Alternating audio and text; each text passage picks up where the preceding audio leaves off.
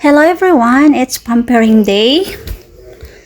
So at yun na nga, pumunta kami sa Derma kasi ang dami ko ng pikas na naman. So ayun na nga mga Lodi Loves, ang galing ni ate dyan at sobrang preskuhan na naman ako. Di ba parang naligo lang. But anyways, ayan po si ate. Siya po yung aayos ng aking, alam nyo na, ang ating sumpa sa muka. So ayan, anyways, nag-enjoy talaga ako dyan mga Lodi Loves. At ayun na nga, pangiti-ngiti pa ako dyan. Kinumutan ako ni ate ng towel. Ewan ko nung purpose niya. Basta yun na nga mga Lodi Loves, yan po yung procedure na ginagawa sa akin ni ate. So anyways mga Lodi Love, first session ko pa yan. So babalik pa ako this coming Friday para sa second session ko. So ayun na nga, punas-punas.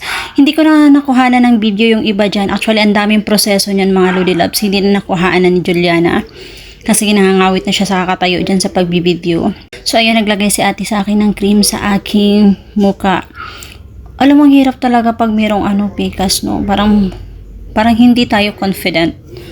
So, but anyways, mga Lodi Loves, kasi lagi ako nagbibilad sa araw. At saka alam niyo naman, katamaran ko talaga mag-sunblock talaga.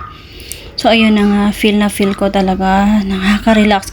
But anyways, mga Lodi Loves, dyan meron talagang, hindi napakita na dyan sa video na yan.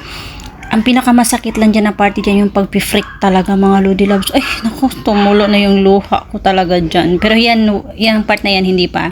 Sobrang nag-i-enjoy pa ako dyan sa ginawa sa akin ni ate. Sana naman sa second session yan is makapag-video na ako ng buo. Kasi parang same pa rin naman ang gagawin ni ate sa mukha ko, mga Lodi Loves. So, ayan na nga. Minamassage na tayo dyan ni ate. Sobrang sarap kasi alam mo yung tipong ang presko sa face. So, ayan. Although mga Lodi Loves, hindi pa naman siya marami yung pekas ko. Dati wala naman ako niyan. Ewan ko siguro sa kabilad ko sa araw at saka tamad talaga ako maglagay ng sunblock. So, ayan lang naman yung pekas ko mga Lodi. But effective yung ginawa ni ate dyan. So, ayan. Nag-ready siya ng tissue para itakip sa aking face. Yan po yung proseso ang ginawa ni ate. Ang sarap. Alam niyo that time is gusto ko na talagang matulog.